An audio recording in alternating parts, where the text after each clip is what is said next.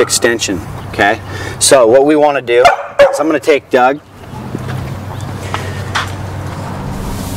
and I'm going to put him into knee flexion, which requires him to use his hamstrings. He can hold on to me if he wants. So I'm going to bring that ankle up to the knee, okay?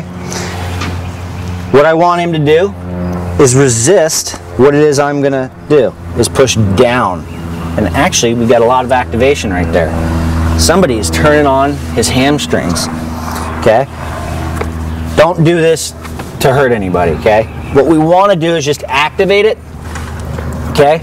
And what this is going to look like in place is if I get him properly stabilized and he's using his glutes to support himself and he pulls his foot up correctly, okay?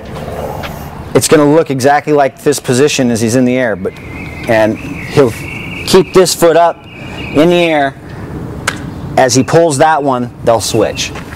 Go ahead. Keep going. Faster. And now in place.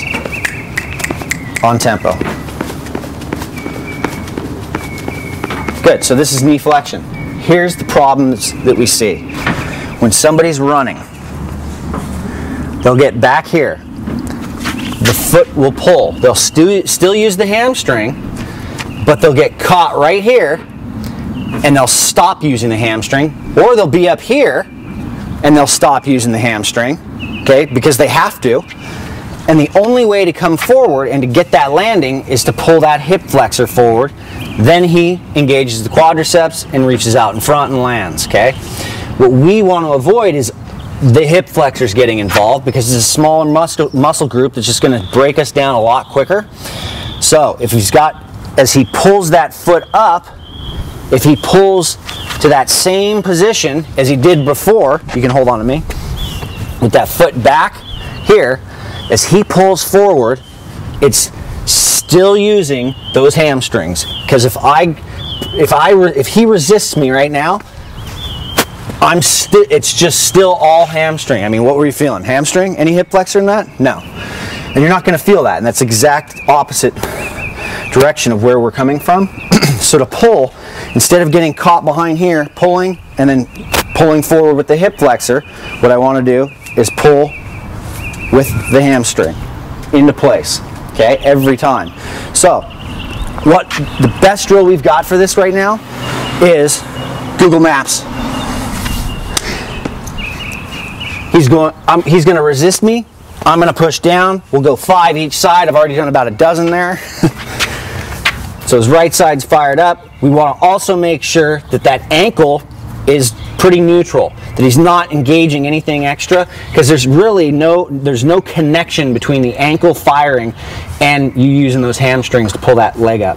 So we push down, push down, push down, push down, and we got a few there. Now I'm going to have Doug actually go out and run. So he's going to go out and run anywhere from 50 to 100 meters. Have him go down to the yellow sign on the right and back and try and implement exactly what we just went over. So head out.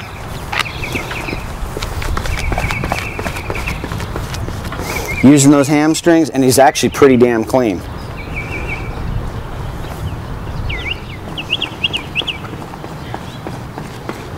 And what you'll see with people who get caught behind, and you can slow this down, is that, you know, for people who can't see that, is that he's actually pulling really well.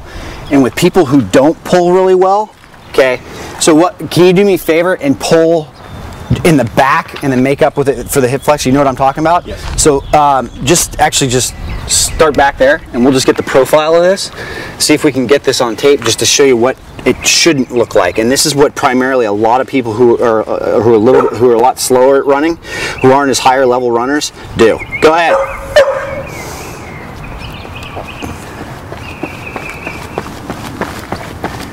And he's caught behind on that, and you can see it because his feet are trailing back behind. So when they trail back here, he'll pull forward. Trail back here, pull forward, as opposed to pulling forward the whole time. It's almost like you were kneeing somebody or something, and I'm pulling here. Okay, so it's a pretty simple drill. Activate those hamstrings. Get used to using them correctly. Hip flexion or knee flexion, the other use for the hamstrings, and running a lot faster, a lot smoother.